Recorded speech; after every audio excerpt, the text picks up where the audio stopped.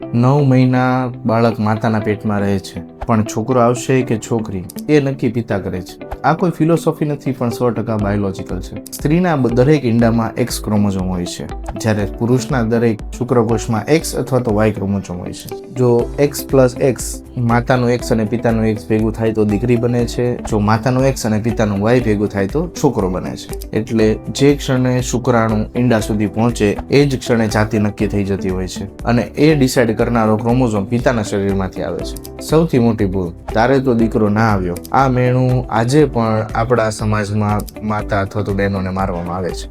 વૈજ્ઞાનિક રીતે આ સાવ ખોટું છે. સ્ત્રીના શરીરમાં Y ક્રોમોઝોમ હોતા જ નથી તો એ દીકરો કઈ રીતે આપી શકે?